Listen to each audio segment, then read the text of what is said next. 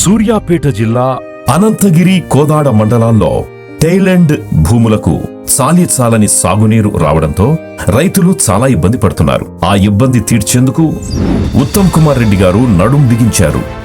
MLA Padmavati గారి విజ్ఞప్తి మేరకు, గ్రామాల రైతుల అభ్యర్థన మేరకు సాగునీరు అందించే మా ప్రయత్నం ఫలించింది. మరి వచ్చే ఎండాకాలం పనులు పూర్తి అని చెప్పి నేను చెప్పడానికి ఎంతో సంతోషిస్తున్నా. అదే Rajiv Shantinagar lift irrigation scheme.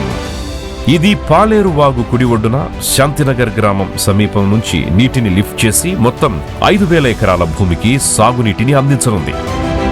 Anantagiri మండలం గుండ్రియాల, బొజ్జగూడెం తండ, శాంతినగర్, మొగలాయికోట, లక్కవరం, తిరువన్నారం, కోదాడ మండలం, నల్లబండగూడెం, చిమిరియాల, తమ్మరబండపాలెం, కొత్తగూడెం తదితర గ్రామాలు జలకాళ్లను సంతరించుకుంటాయి.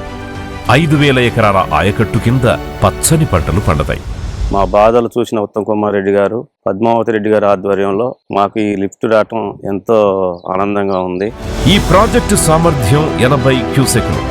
ఈ ప్రాజెక్టు కోసం దాదాపు 8.5 ఎకరాల భూమిని సమీకరించారు.